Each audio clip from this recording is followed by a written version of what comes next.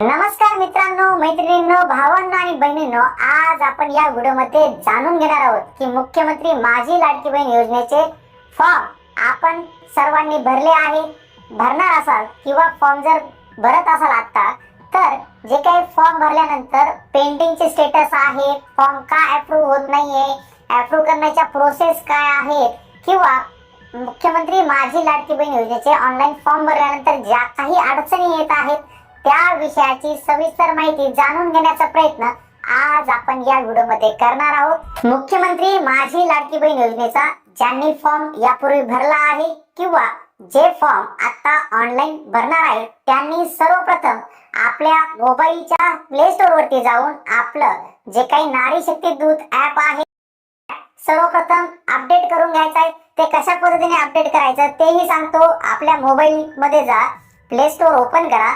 Play store open केल्यानंतर तिथे आपले नारी शक्ती दूत असं ऍप सर्च करायचं आहे। नारी शक्ती दूत ऍप सर्च केल्यानंतर आपल्या समोर एक फेटा घातलेला चिन्हाचं जे ऍप आहे नारी शक्ती दूत आणि त्या खाली लिहिलेलं आहे मुख्यमंत्री जनकल्याण कक्ष, ते ऍप आपण डाउनलोड करायचं किंवा आपल्या मोबाईल मधनं ते ऍप अपडेट करून घ्यायचंय। ऍप अपडेट करून घेतल्यानंतर आपण ऍप ओपन केल्यानंतर आपल्या समोर जे काही आहे मुख्यमंत्री माझी लाडकी बहीण योजनेचं जे ऍप आहे ते ओपन आहे। तेथेच पहिल्या विंडो मध्ये आपल्या माझ्या शेजारी तुम्हाला मोबाईल स्क्रीन वरती काय चाललंय ते दिसत असेल ते पाहू शकता तुम्ही। तर आपल्या समोर मुख्यमंत्री माझी लाडकी बहीण योजना, महिलांची योजना आणि केलेले अर्ज अशी विंडो आपल्या समोर ओपन झालेली आहे। तर मुख्यमंत्री माझी लाडकी बहीण योजनेचा जो काही हे आहे त्यामध्ये पहिला जो आहे तो मुख्यमंत्री माझी लाडकी बहीण योजनेचा अर्ज आपण तेथे करू शकता। त्यानंतर महिलांसाठी योजनेच्या ज्या विविध योजना महाराष्ट्र शासनाकडून राबवण्यात येतात त्या योजनांची माहिती 2 नंबरच्या पर्यायात आहे आणि 3 नंबरच्या पर्यायात जे आहे केलेले अर्ज, तर इथे आपल्याला केलेले अर्ज हा दिसत आहे। आता ज्यांनी यापूर्वी अर्ज केलेले आहेत त्यांना जर आपण केलेल्या अर्जाचा स्टेटस पाहायचा असेल तर त्यांनी आपण केलेले अर्ज या पर्यायावरती आपल्याला क्लिक करायचं आहे।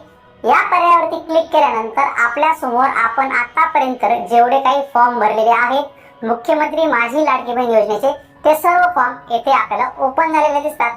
त्यापैकी ज्या अर्जाचं आपल्याला स्टेटस चेक करायचं आहे त्या पर्यायावरती आपण किंवा त्या अर्जावरती आपल्याला क्लिक करायचं आहे। अर्जावरती क्लिक केल्यानंतर आपल्या समोर वरती हे 4 पर्याय दिसत आहेत। एक म्हणजे SMS व्हेरिफिकेशन डन, त्यानंतर खाली जे आपल्याला दिसतंय ते म्हणजे मुख्यमंत्री माझी लाडकी बहीण योजना इन पेंडिंग टू सबमिट, आणि चौथा जो पर्याय आहे तो म्हणजे एडिट फॉर्म। जर आपल्याला आपला अर्ज यापूर्वी जो केलेला आहे त्यामध्ये काही दुरुस्ती करायची आहे, काही बदल करायचे आहे, आपलं नाव चुकलं असेल, जन्मतारीख चुकली असेल, एखादा पुरावा कागदपत्र हे अपलोड करायचं राहिलं असेल तर आपण एडिट ह्या पर्यायावरती जाऊन ते कागदपत्रांची किंवा माहितीची पूर्तता करू शकतात। फॉर्म एडिट कशा पद्धतीने करायचा याविषयी आपण यापूर्वी व्हिडिओ बनवला आहे, तो जर तुम्ही पाहिला नसेल तर फॉर्म एडिटचा व्हिडिओ आपण पाहू शकता। त्यानंतर सर्वात वरती जो आपल्याला SMS व्हेरिफिकेशन डन म्हणून दिसते, जर कोणाचं पेंडिंग असेल किंवा SMS व्हेरिफिकेशन जर राहिलेलं असेल तर आपण SMS व्हेरिफिकेशन या पर्यायावरती क्लिक करून SMS व्हेरिफिकेशन हे करून घेऊ शकतात। आता ह्या झाल्या 3 गोष्टी। कोणकोणत्या? फॉर्म एडिट कसा करायचा याची माहिती आपण घेतली, त्यानंतर SMS व्हेरिफिकेशन असेल तर ते कशा पद्धतीने करून घ्यायचं आपलं जर बाकी असेल तर त्याची माहिती घेतली, त्यानंतर मुख्यमंत्री माझी लाडकी बहीण योजना इन पेंडिंग टू सबमिट, आता आपण ही इन पेंडिंग टू सबमिट का आहे आणि फॉर्म अप्रूव्हलच्या प्रोसेस कशा पद्धतीने असणार आहेत याची माहिती आपण घेणार आहोत। तर आपल्याला हे पर्याय जे आहेत अप्रूव्ह म्हणजे काय, रिजेक्ट म्हणजे काय, हे कोणकोणती कारणं असणार आहे किंवा काय असणार आहेत ते आता आपण बघूया। याकरता काय करायचं आहे, तुमच्या मोबाईल वरती आपल्याला जे आय ब्ल्यू अक्षरामध्ये राईट साईडला दिसत असेल तर त्या पर्यायावरती आपण क्लिक करायचं। आता इथे आपल्या अर्जासंबंधीच्या सगळ्या इन्फॉर्मेशन आपल्याला दिसत आहे। तर सर्व पहिला जो पर्याय आहे पेंडिंग टू सबमिट, म्हणजे याचा अर्थ काय आहे ते बघूया। This survey has been filled out but not yet submitted for review. It is still in the pending state awaiting final submission. म्हणजे काय झालंय, आपण आपल्या पातळीवरती अर्ज हा भरलेला आहे मराठीमध्ये सांगतो, प्रलंबित ते सबमिट. सर्वेक्षण भरलेले आहेत परंतु अद्याप पुनरावलोकनासाठी सबमिट केले नाही आणि ती सबमिशन हे अद्याप प्रलंबित आहे. तर आता काय झालंय, आपण ऑनलाईन फॉर्म भरलेला आहे.